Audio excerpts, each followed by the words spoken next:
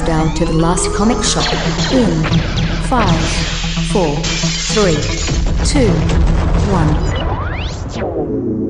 1. Hey, it is now time for more of the Last Comic Shop podcast. That's right, we are opening the shop, or the shop is opening itself. Possibly. Has it become sentient? Has it decided it has a will of its own? And you never know. It depends on the shop is located on a side street in Manila. That's true. I was going to say, we're keeping the lights on just because I want the lights on. There's heebies and there's GBs and there's all sorts of creepy crawly things going on. But honestly, I found 2 comics about the book we're covering today. I found my Trese, which I don't think we've said the name yet here on the show. We didn't. It's true. I wasn't a great host. We didn't mention that is the book that we're going to be reviewing. For all those folks that like some spooky-related comic books as we get closer and closer to October and spooktacular selections for all of our Last Comic Shop fans. I'm the host with the most, Andy Larson. I'm joined by Chad Smith and Jay Scott. And I like the idea of this shop being sentient. I think Chad has mentioned before, once you create something, right, you put it out there and it becomes a world of its own. Like it becomes a mind of its own. Like the shop belongs to all of you. And we're hoping that you enjoy this. It's a metaphor, not like a physical thing. And not to be confused with the actual Last Comic Shop in Malaysia. That's are not true. that one. You don't own that one. We can't give that one to people. We don't have the legal rights. That's very true. But what we can give to folks is more comic book talk, and we hope that on this week's show you enjoy our opening segment. Now, again, we were talking back and forth all week about this app that a lot of comic book fans have on their devices. It's called CLZ. In fact, one of the wonderful things you can do with CLZ is shake your CLZ. I know that kind of sounds dirty, but it's a kind of an interesting way to get a random comic book out of your library. But it's an amazing database full of all these comic books, painstakingly curated over the years.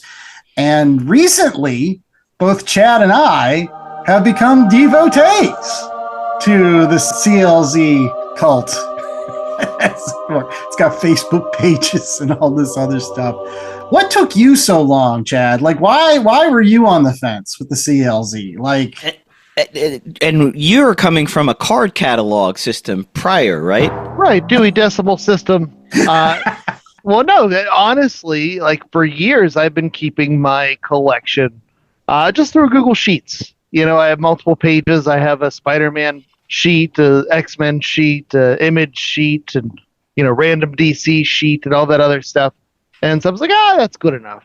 But as far as like individual floppy comic books go, I feel like of the 3 of us, I outpace you guys by a little bit. And just a tad. Just a tad. And the CLZ app, the buy-in is not much at all. The buy-in, I want to say it's like $20 a year. I may or may not go up slightly here or there. And then there's also a component that you can add on called Cover Price, which will give you values for your collection. That I want to say starts around like $9 a month for the. Yeah, the that's actually value. the more expensive of the 2. Okay. Just getting the database itself is fairly reasonable. It's when you start throwing in the add-ons. Could you do the add-on for 1 month to get all the cover prices of that month and then not have it? Would it save that information? So would that then act as sort of like a stitch in time type, this is what my collection was worth 2 months ago? It'd be the equivalent of buying the Overstreet Price Guide book for 2016. Yes, that's what I'm getting at. Honestly, I don't know the answer to that, but once I get everything in, my plan is at least for a month or so to get the prices. Whether they stay, I'm not sure.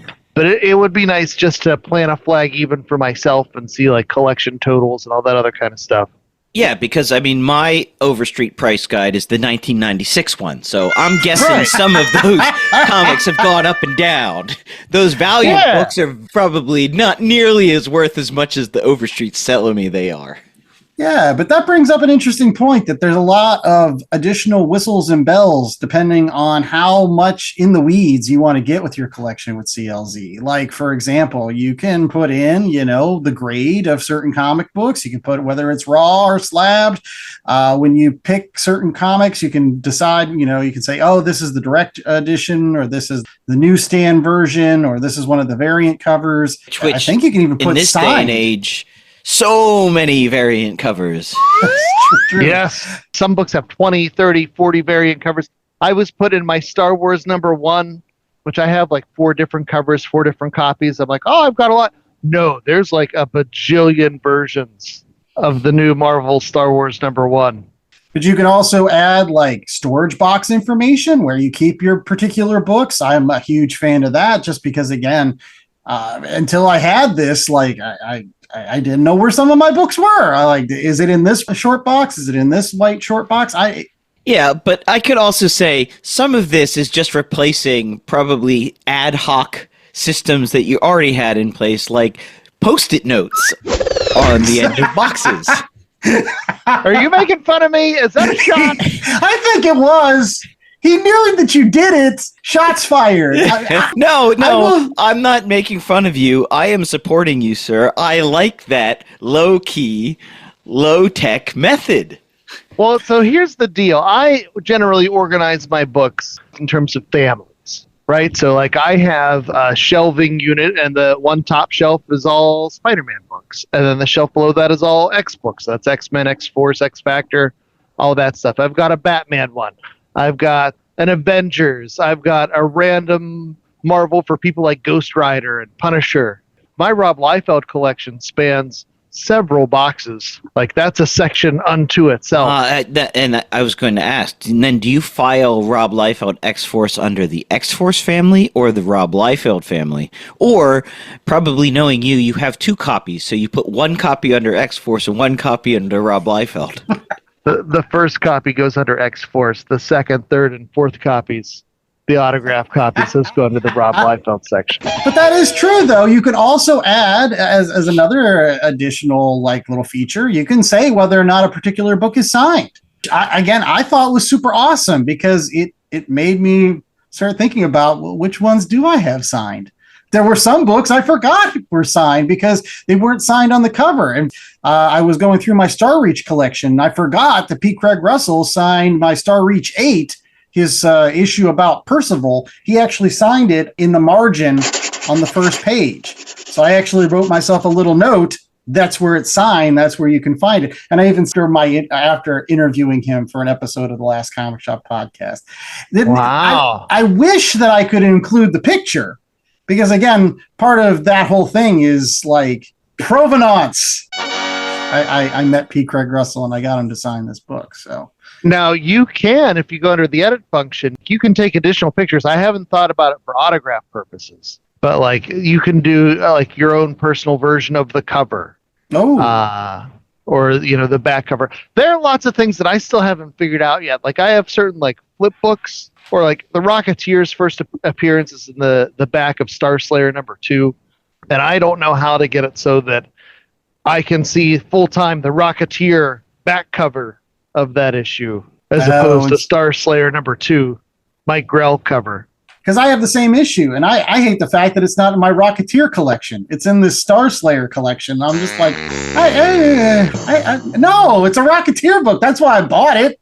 I mean, Star Slayer is cool for some folks, but not, I want the Rocketeer stuff. Yeah, it's in my Rocketeer box. That's one thing. And you can personalize tags. I have my own personal tags for autographs. I have my own personal tags for books that are still polybagged. I ran into my copy of Protectors #5. It still had the Kmart price tag on it, but that's the book that had the bullet hole through the book itself, which I never opened that polybag. I was like, this isn't a reader. This is a keeper for retirement. That goes with Death of Superman and the Black Poly, right? Oh, yeah. Oh, yeah. That is actually hard. I have one of those autographed by our pal Brett Breeding, who we interviewed at a show. But those black poly bags do not hold up well. They show the crinkles. Mm-hmm. It's actually not recommended to keep your books stored in the poly bags. They will degenerate quicker than your standard comic bags are definitely. Well, I would Mylar, imagine. I remember kind of when stuff. that book came out, everyone was buying. Oh, this is going to be worth so much, and I was like, well, there's so many copies of it. Yeah. Is it really going to be worth that much? Well, speaking of that, another great feature for those folks that aren't playing around with it is I do like the gold and the blue keys. Anytime I enter one and I see it's a blue or a gold key, I'm like, ooh! What's a gold key? What's a blue key? So, so basically, CLZ has made 2 tiers of key books, like major keys, I guess. So, for example, when I recently got a copy of the first appearance of Taskmaster, that comes up as a yellow key because Taskmaster is like a very important character to comic books. Another issue of Avengers where Falcon first joins the Avengers, right? That's a blue key. Okay. It's still considered important because Falcon... A minor key. It's major and minor. It's in a minor key. It's like Avengers 16 with the Avengers Assemble Captain America on the cover. I would wonder whether or not that is a blue or a yellow key because it was the first time that the team changed. But being that you're going to input my comics into your app, you can add that one. The first appearance of the A-Team is only a minor key, so looking at my I have that issue too. How much data does this take up on your phone? I haven't looked at that. Because you're adding all this stuff, I wondered how much of that is getting saved to your phone. And like, if you have a big collection, have you suddenly just now my CLZ Comics is taking up 146 megabytes. Okay, well, that's not bad. No, it is 2 megabytes less than the Burger King app. I don't know how to respond to that. That's just because you haven't added extra cheese on your Whoppers lately. And again, I don't know if that's because I don't have as many books. I'd be curious about Chad and his book library versus mine. Yeah, go to your storage, Chad. What are you looking at? CLZ is at 969 megabytes, so just under a gig. Okay. So it does matter how many books you enter. It's going to get up there at some point. I don't know. What's considered a proper comic book collection? I mean, 6,000 books? Over 10. Over 10?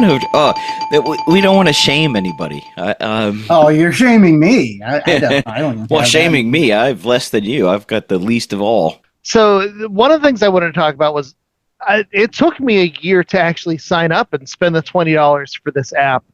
To join because that year was spent getting everything organized to the point where I could enter things into a system like this. So you wanted to hit the ground running. You didn't want to pay money for this app but then have to do a lot of legwork behind the scenes, not taking advantage of the app while it sat on your phone and or iPad and you're just doing other stuff. Is that what you're saying? Well, no, it's really just I'm intimidated by my collection. And even as I started to input things, I was telling Jay earlier, I actually started with my independent books because those are the ones that I have the most haphazardness about it. Like, because throughout the years, you pick up all those rando free comic book day books, the stray issue here, the thing that comes in those multi-pack. That's probably the most intimidating section and the one where I'd be most likely to run out of steam. And I'm saving my Spideys because I'm excited about those. I'm going to make sure I go through and take the time to grade each of those. But I wanted to get the stuff that I might not care as much about. And from my understanding, it has a big community behind it, and the developer has a page, and there are a lot of people that can help you out. Common issues that you might think are affecting you, but you can go onto this Facebook community, and people have worked through. Very responsive, yeah. No, I've been part of that Facebook community actually for a long time. When Andy mentioned CLZ, I'm like, all right, well, here's the Facebook group. Here's the thread I posted last year about before I start, what do I need to know? And there are some really great tips on there. Things like, be careful. Before you tag something as autographed, remember, the next book you put in is going to show up with that tag. So you have to, after you've inserted it, you got to go in and change that. Or if you're, putting in a bunch of books at a certain grade, then you change it to something else. Like one would think that would be easily changed within the program by the programmer. I would think autograph should turn off every time. Just saying. Unlike the two of you, I do not use this program yet. I have been using League of Comic Book Geeks. I mean, it's primarily an online service, so that is the one drawback. The app for the iPad is essentially a web browser. Yeah. a highfalutin web browser just with different interface. Yeah. Well, that's the nice part about this is it's not that. So you right. can take it off, right. offline. It's offline. You're not saving anything to your device. So if you would go into a shop to see if do I have that book yet or not, you would need to have some sort of connection to the internet because the app is essentially just a portal to the website. The one thing I've loved about CLZ and the limited time I've had is I can go into a shop and I can search a title and see all the different covers. Mm-hmm. And like we've been lamenting recently all the different variants and all the different. I'm easily confused. I'm a simple man, but being able to go in and look up a title and say, okay, what are the copies that I need, and not tricking myself into thinking like, oh, I have the newsstand variant of this one or this. You know, I've even seen some books have things that are solicited but not out yet. Now, one thing I do like about League of Comic Book Geeks is that I can put together my pool list. So it will tell me, oh, these are the books coming out this week, and you know, you have this book and this book, and then if I click on that book, I can see all the variant covers that are coming out for that book, even the 1 in 10 or the 1 in 50 or the special variants or whatnot. If there's nothing coming out on my pool list, so my pool list is empty, I can then just go to and click on another tab and see all the comic books that are coming out that week. And because I'm on a desktop, you know, it looks like iTunes or something. You know, there's lots of covers, and then I can click on the cover to get all the information. We have a couple of different options in terms of visuals. Like you could have the slightly bigger covers, or you could have it just be all covers. You know, as you're scrolling through your books, there is a function on here about manage pick lists. I don't know if that's what I haven't made it that far yet. Well, you also can, you know, when you get to a certain series that you have, it'll tell you which issues you're missing. And then if you want to, you can actually hit a button and it'll bring those up, and you can actually add those to a wish list. A separate list from your collection. It tells you all the ones that you really want, as well as the ones you want to sell. That's another neat thing. You can also make a list of all the comic books that you want to sell from your collection as a separate I'm guessing Chad's comic books I want to sell is going to be very, very small, like 0 books. Well, no, that's honestly, speaking of the intimidation factor, like I have over the years accumulated a ton of doubles of comics. And so as of right now, I have not put the doubles into my CLZ. I've been pulling them out. And that's going to be like a secondary collection. Like those are the ones I don't mind getting rid of. But like I've got a lot before I get there. That might be a next summer project, is putting in all the doubles. Because it's like 3 extra clicks whenever it's an issue that you already have. I hate to tell you, sometimes it'll come up with a little box saying, you've already entered this comic. What do you want to do? And you're like, I don't know what I want to. It's actually easier to just go back to the original issue and just add quantity and say 2. And there you go. I've done the quantity thing and, you know, the different entries here. And there are a couple things that I've learned that have been really helpful. I'm able to search from the date that I added something. So like I was putting in my Chuck Norris book. Didn't realize I had already entered in issue number 3 earlier. Like, where is it? What box did I put that in? Because that's in one of those rando. I wasn't collecting Chuck Norris. I don't know why I got Chuck Norris number 3 over there.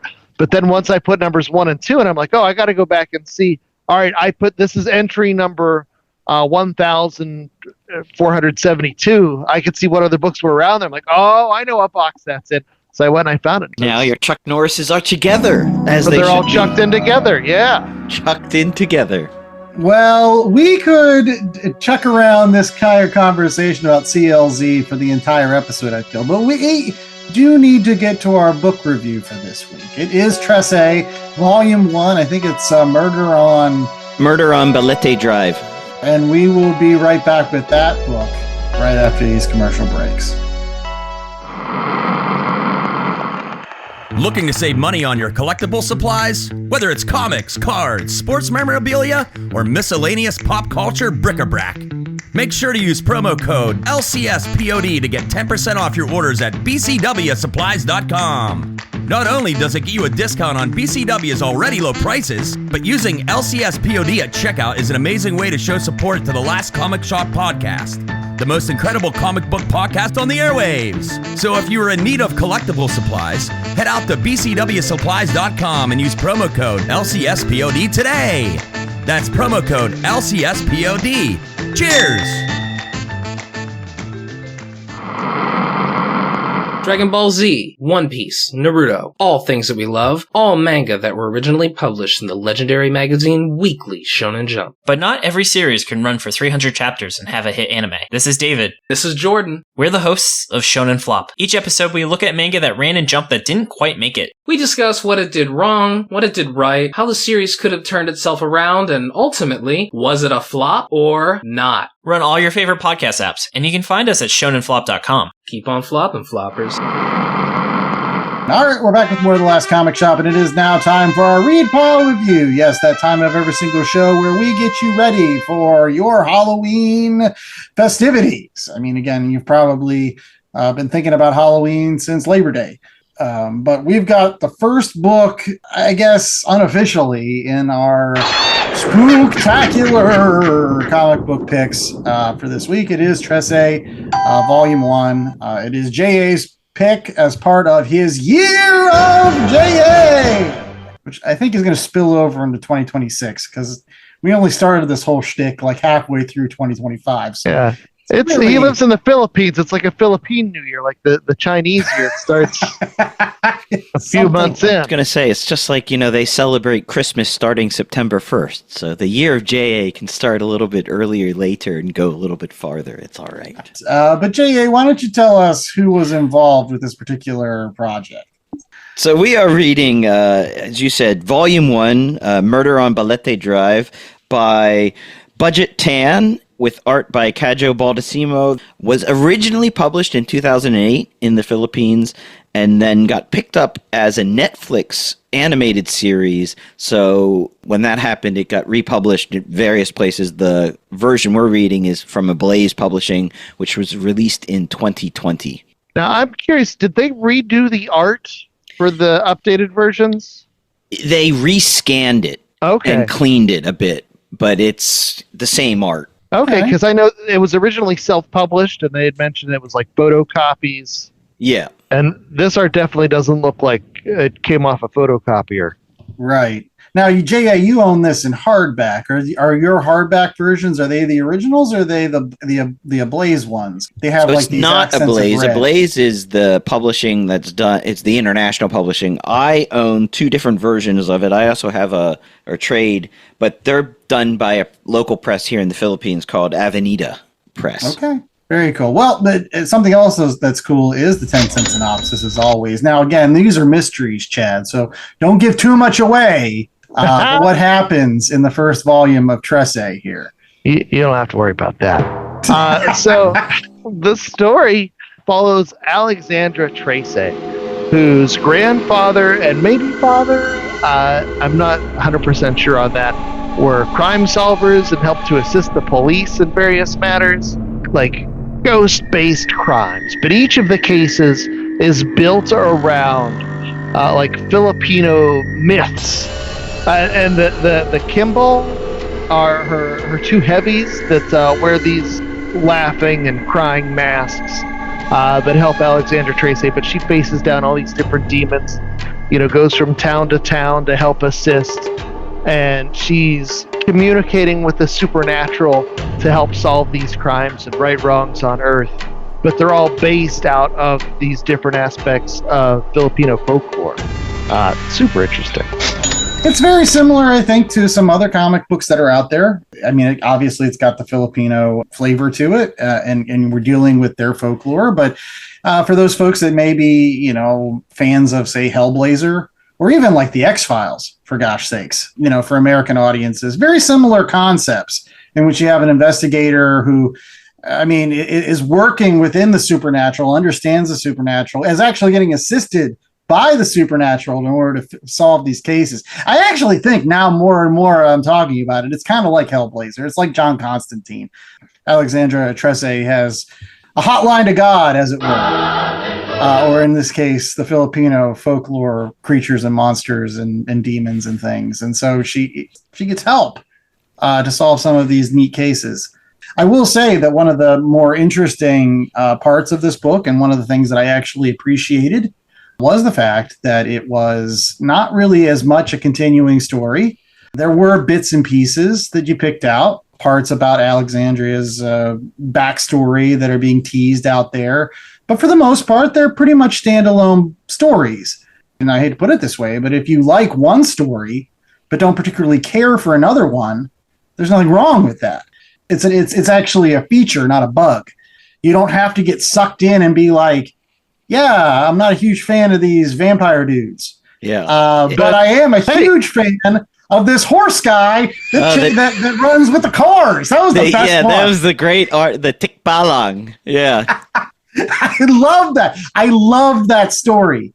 That was my favorite one of the 4 that were in the first volume. And the Wind Sisters. The Winds, yeah. Yes, and they're pushing the car. That was great. And the fact her 2 helpers were like Kimball, hitting on the Wind Sisters, like that was cute. Just a great story. And so I'm going to gush a little bit about that one. I thoroughly enjoyed that second story. But Jay, this was your pick. And I know this was a recommendation that you had previously on an episode of the Last Comic Shop. So what made you want to come back, revisit Trese? Well, I think it's important. It's a Filipino comic that made good, if you will, and got a larger audience because of the Netflix show. It's great to read something that is set where I live, and a lot of the characters and a lot of the stories relate to some folklore that I know a little bit about, not a ton about, obviously, having not grown up with it. But I found it really interesting, like, oh, I know where that is, or I know that place. And I watched some interviews with Budjette Tan talking about when he was growing up reading Marvel books, because they're set in New York, and wanting to set his stories in Manila, because just like he learned about New York from reading Spider-Man, he wanted people to learn a little bit about Manila from reading his books. So having all these different places in Manila, and they're all real places. And I do like that what Kajo Baldisimo has done is put these maps in where you see like maps of the streets, and you can kind of get a sense of where you are in Manila a bit. Well, because I'm a simple Chad, and my geographical skills not the best. How big of a place is Manila? Is it like a small town city, or is it spread out far and wide? Like, how familiar are you with Balete Drive and some of the different locales? So Manila, it's like LA, I would say. It's really spread out, and there's lots of cities within the Metro Manila. You've got like Makati City, Quezon City. Does it have the distribution of affluence that LA has, where you have Rodeo Drive and you have the streets? Yeah. There's some places that are super, super rich, gated communities you can't go into, like where Manny Pacquiao lives, or where you've got some really old money. Okay. People who, some of the families that have run the country for generations. And then you've got other areas that are squatters, essentially, who have come into the city from the provinces to try to find work, don't own anything, or living in shacks. And that's often where you'll have, if there's a fire, and they allude to it in one of the cases here, they can just ravage these squatter villages and squatter towns because they're just shacks put together with wood or metal and whatever you can find. And, everyone's cobbling together electricity illegally from the power lines and whatnot. And oh, wow. One person's toaster is connected to 20 different televisions down the street or something. There's that one extension cord. Yes, yeah. Similar things like that. So, yeah, I mean, it's a massive city spread out, and we're talking like 20 million people. How many horse demons?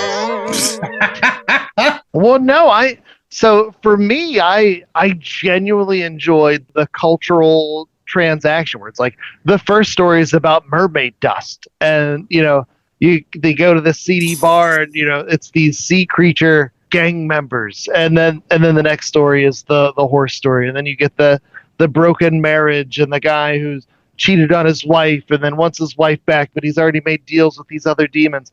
And after each story, they'll have the little 1 or 2 page write-ups about the folklore it explores those in a way that, gives you that little extra bit of context. And like, I love comics where I feel like I'm learning a little bit. Mm-hmm. And so there wasn't one story that stood out for me as much as it was, oh, this is a cool little bit of culture. Oh, this is a neat little bit of culture there. Like I was really excited about all that stuff. And those notes were added in. So the first trade paperback I have, which came out, I think, in 2013, from Avenida, did not have those notes in it. I think they added those notes for the international pressing because I have it in the hardback. Those notes are in there. And I agree with you. I love those little note bits at the end. They give you some added context. They tell a little bit more about the folklore. And some of these things, like the wind, we have that in modern Manila when it's essentially like La Nina and El Nino. The habagad is the wind that comes from the south and brings all the rain. And so when we get massive rain and there's flooding everywhere and they start canceling schools and whatnot, it's because of this phenomenon. That's crazy. And I will mention, too, in the note about the wind, I noticed it brought up zephyrs. And I'm like, I know this is a JA book, but they're talking about zephyrs. I'm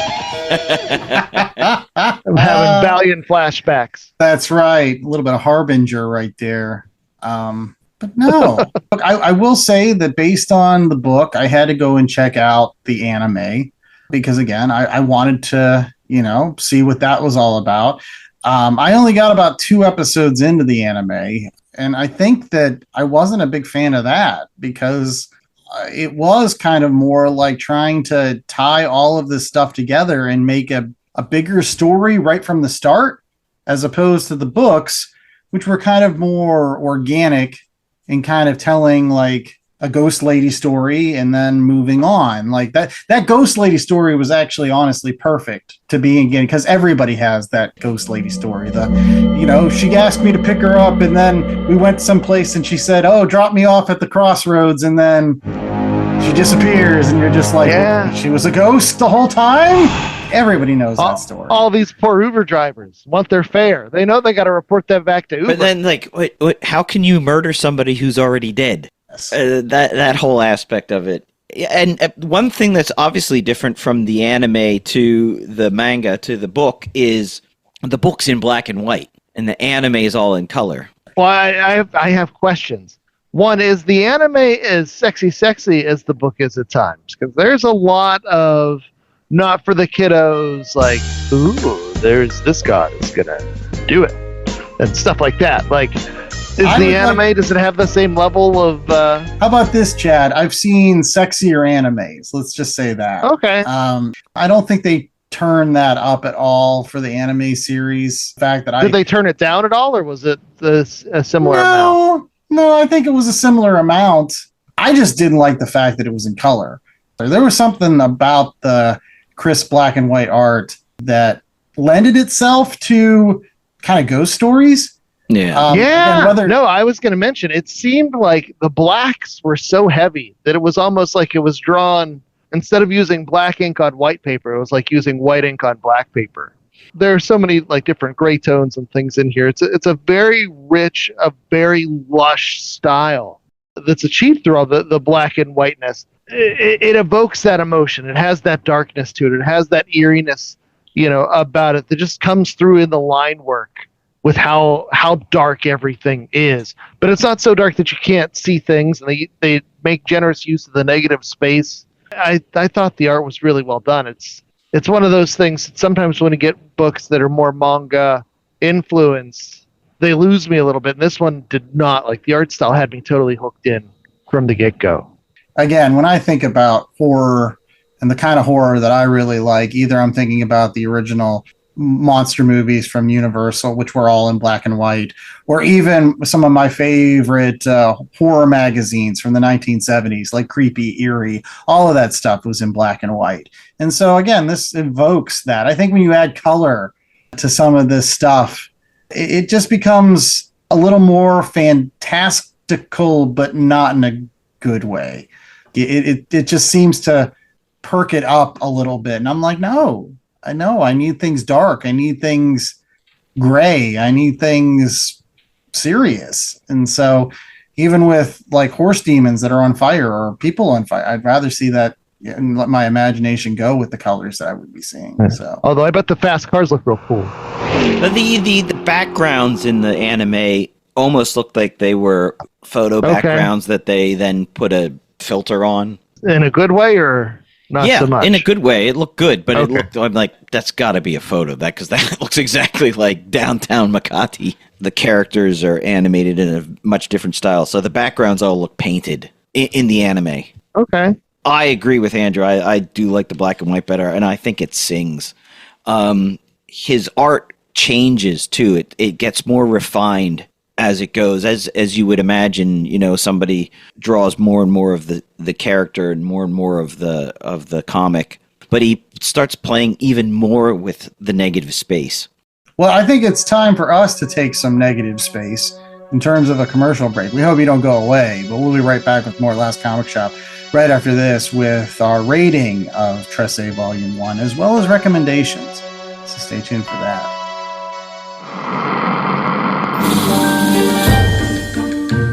Greetings, ghouls and boils. I'm the Ghoul Master, a loving homage to horror anthology narrators of yesteryear. Wait, I'm an homage? Why didn't anybody tell me? You'll hear from my agent about this. But first, let's get to the heart of the matter.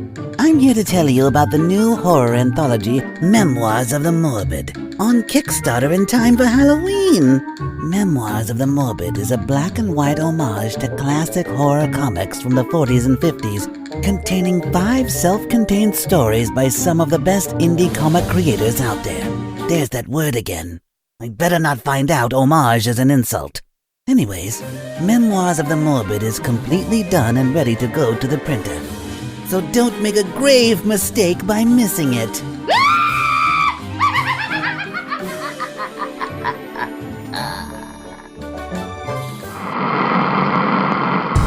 We're all familiar with the Golden Age, Silver Age, Bronze Age, and Modern Age of comics, but we can't still be in the Modern Age after almost 4 decades, can we? We don't think so.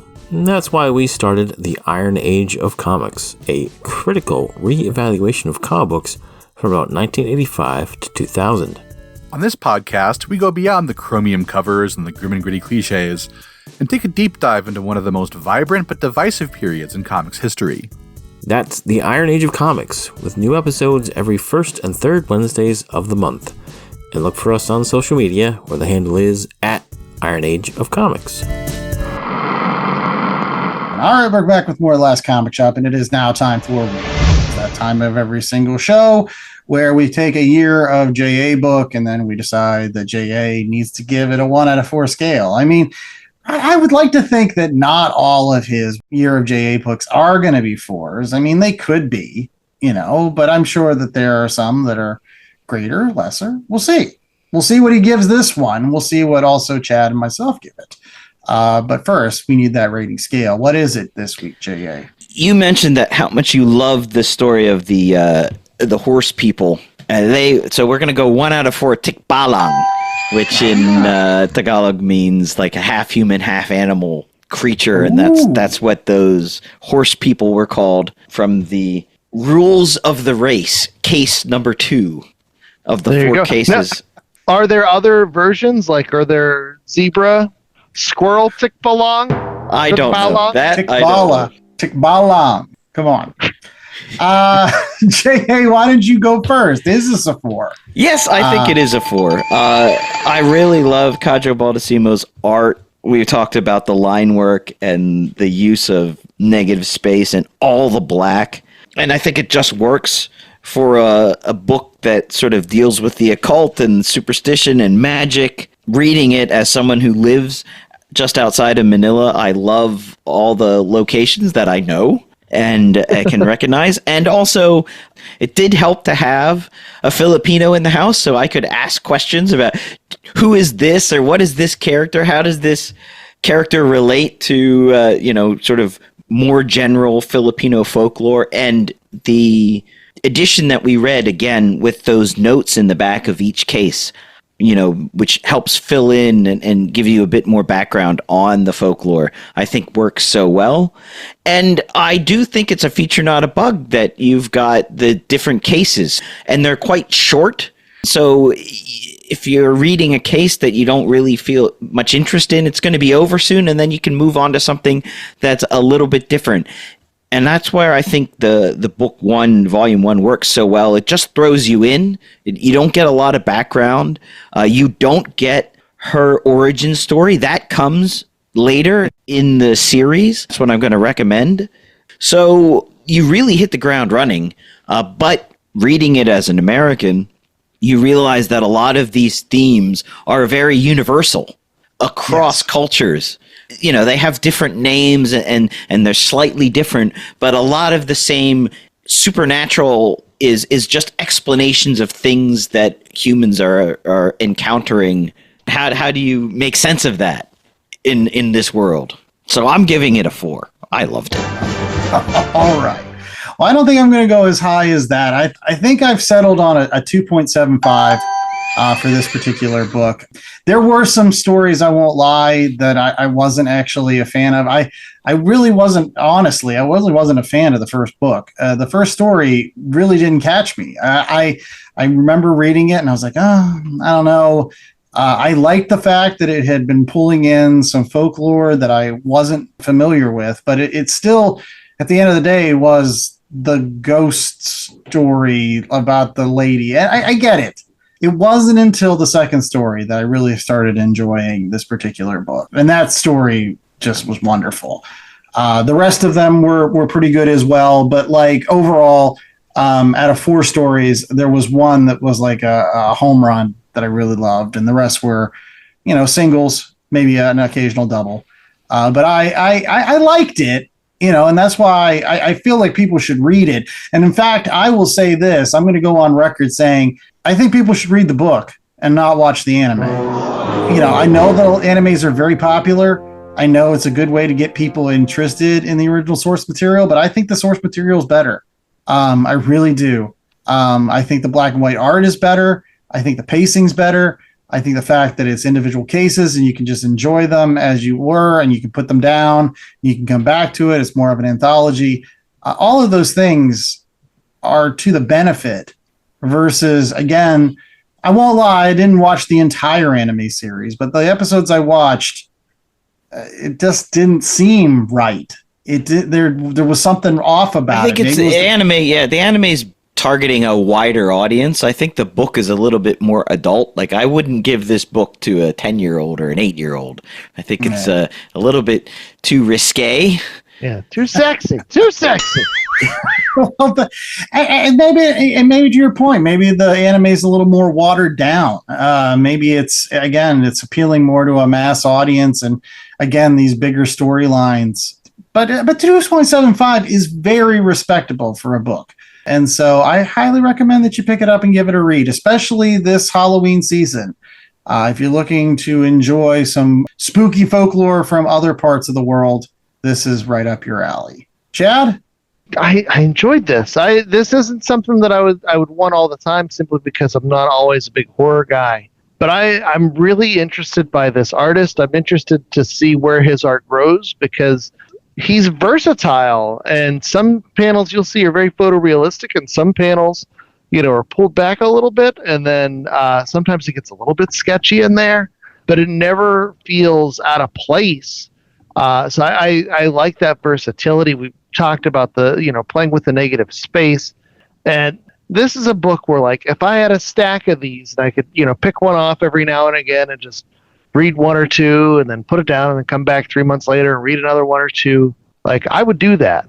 It's a very comfortable series, and I dig all the cross-cultural connections and, comic books. They talked about this in the lead-in. There's been a long history of Filipino comic book artists. Alfredo Akala, who did Conan, He-Man, his imprimatur is all over the place in comic books.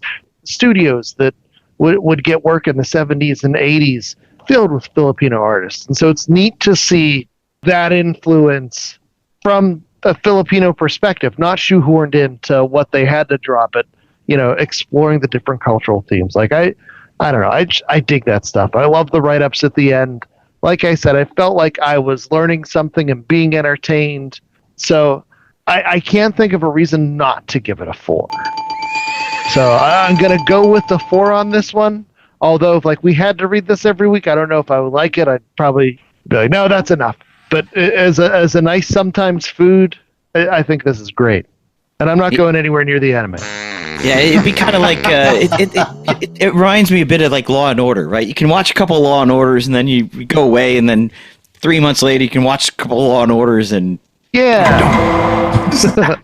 I can see this as that. All right. Well, one thing that we also hope that you see is some of our recommendations over at your local comic book shop when you're picking up Trese Volume 1. I'm sure there's a lot of awesome comic book shops out there that have this among their racks. And so here's hoping that you pick that up, as well as maybe some other volumes of Trese. I think J.A. was alluding to that with his recommendation, right? Yes, I'm recommending Volume 3, Mass Murders. You get 5 cases in Volume 3, but the reason why I'm recommending it is because this is the one that gives you the backstory. So you find out where Alexandra Trese comes from, her baptism of fire, if you will, and learning from her grandfather and her family. And so it starts to fill in sort of what's going on. It's also the end of the first main arc. So while the stories are all individual, they start to add up as it goes on through Volume 2 to Volume 3. But it still has some cases that feel a bit like they're standalone. You can read them standalone. You can find out why you don't go to that butcher that's open at odd hours of the night. Even if you think, well, I forgot to get my pork meat for tomorrow's soup. Maybe don't go to that butcher that's open at 11:30 p.m. That's just good advice all around. Yeah. No matter what country you're in. Late night butcher?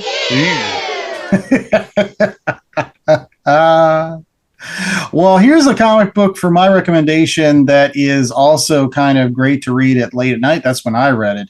And it features 2 characters that are near and dear to my heart. They are both Spider-Man and Doctor Strange. I'm talking about a story that appears in Spider-Man Annual 14. It's done by Denny O'Neil with art by the legendary Frank Miller. It is called The Book of the Vishanti.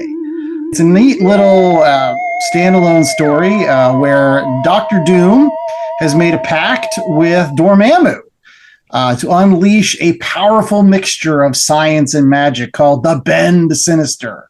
The only caveat to this Bend Sinister is it's going to kill whoever ends up finishing the casting of it. And so Dr. Doom manages to get one of his flunkies named Lucius Dilby to be his pawn in this game and start casting of this Ben Sinister spell.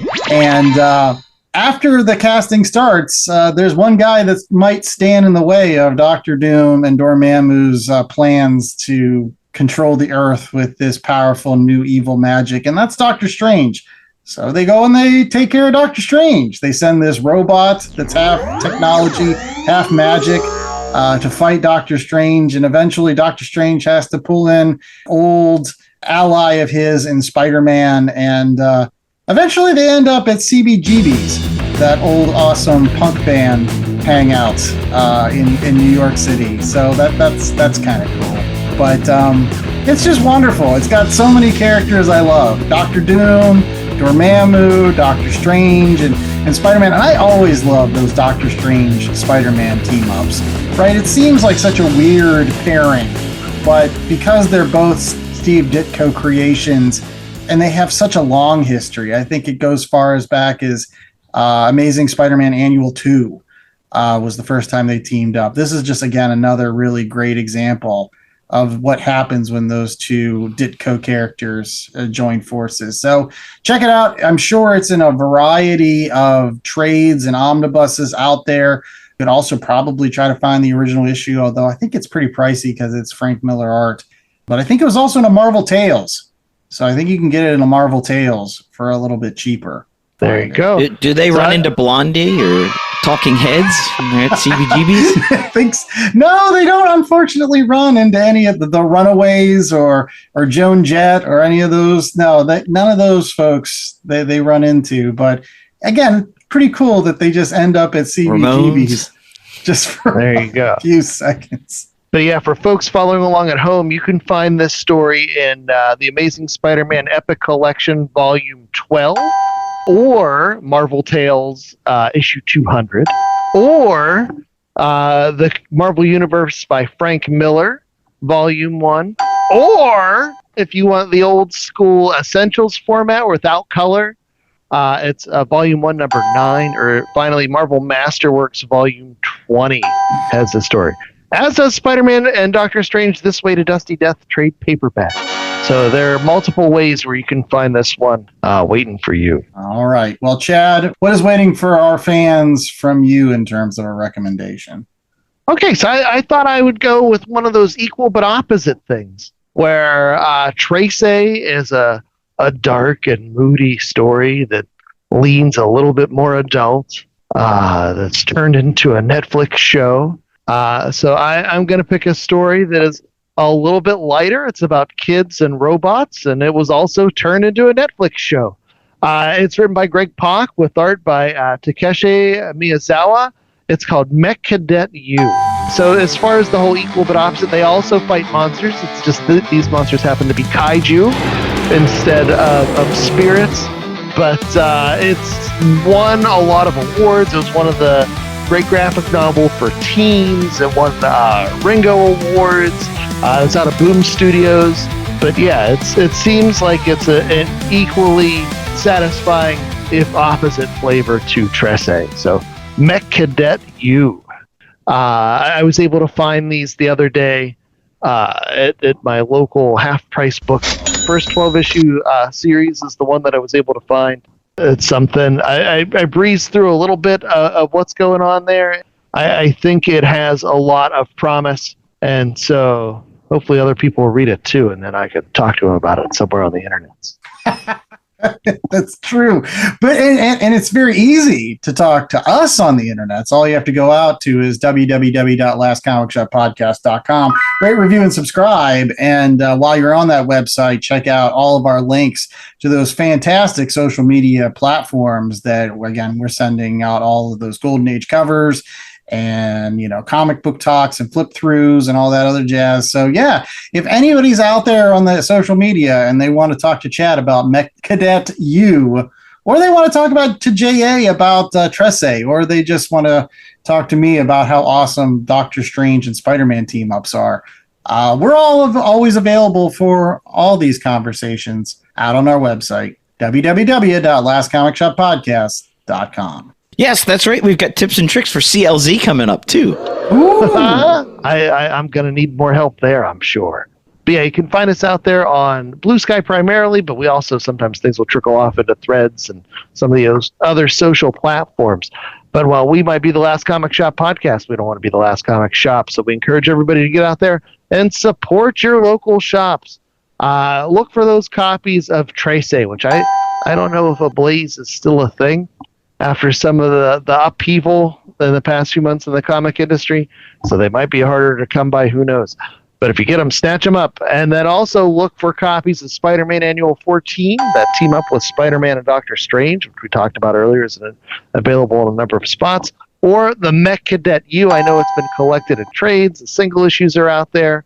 The show's out there on Netflix, which I say I'm going to watch, but I probably won't. But it's probably good. Who knows? Anyway, all that more waits for you at your local comic shop. Then you can always circle back to www.lastcomicshoppodcast.com, where they can find what else, Jay? We always have a link to our merch store. We get shirts and hats, tote bags, coffee mugs, and this week a special on Kalis. That's that wavy blade that Trese was using. Oh! So if you want a wavy blade, but you have to be careful with shipping on that one. So, But one thing you don't have to worry about shipping is that awesome Last Comic Shop logo right for the Halloween season, right, J.A.? that's right. Bats in the Belfry. It's coming back. You get the Last Comic Shop with bats. So you can go around and say, I'm Batman. Batsman! I'm Batsman. And if you happen to have a lot of comic books featuring Batman, as you're putting together all your CBZ and putting it into that awesome app, you might want to also put it in bags and boards. Chad, where's a great place that folks can get a little bit of a discount and help out the Last Comic Shop at the same time? Why, you can go to bcwsupplies.com for all of your comic book, collectible card, and general collectible containing needs. Use the promo code LCSPOD for 10% off your purchase. That not only gives you a small discount, it helps us here at the podcast as well. That's BCW Supplies, promo code LCSPOD. And I was looking there because I needed some treasury bags. I'm surprised though there's not a treasury box. That's what I really need. And they don't have one. They don't have a treasury box. Like one that's they're called magazine boxes. Oh, okay. All right, I'm learning something. Yay! You're serious? They're not too big. They're not like it's the same size as a magazine box. They're also the same size as records. There you go. A box holds about 100 issues or something, right? Maybe 150 issues. Well, short box, yeah. You're like how many treasuries do you have that? I mean, I would be worried that you've got a lot of negative space in there. Because the dangerous thing I found out is when you have a box and or storage device that has more space than the stuff you're going to put in it, eventually it ends up filling up because you feel like you have this subconscious need to fill that with more things. So it's the goldfish in the bowl. Yes, instead of having those 4 or 5 treasuries, suddenly you have 50, 60 treasuries. Well, I had empty space, so... Yeah, that's how it happened, honey. I had negative space. It always comes back to negative space. And we're hoping that you aren't negative in coming back to our space next week as we start our spooktacular October books. We've got great ones lined up. Somna and Barry Windsor Smith, Weapon X, and Godzilla, Monster Piece Theater, and some book that Mikey's picking. I don't know. We asked Mikey to pick a DC book that was horror related. So who knows? Maybe it'll be Hellblazer. Maybe it'll be more Swamp Thing. Maybe it'll be something else. Who knows? But it's all available in the next couple of weeks, so stick around. Until then, I'm the host with the most, Andy Larson. I was joined by Chad Smith and Jay Scott, and we hope that you stay safe, stay spooky. Yes, it's that time. It starts tomorrow. You can actually put out your jack-o'-lanterns and not feel weird because it's October. Unless you're in the Philippines, in which case you already have your Christmas stuff up. Wait, does that mean the Euro J is going to end earlier now? Is the Christmas stuff that's already out? No, it means it goes forever. Christmas with all the Burr months that I find.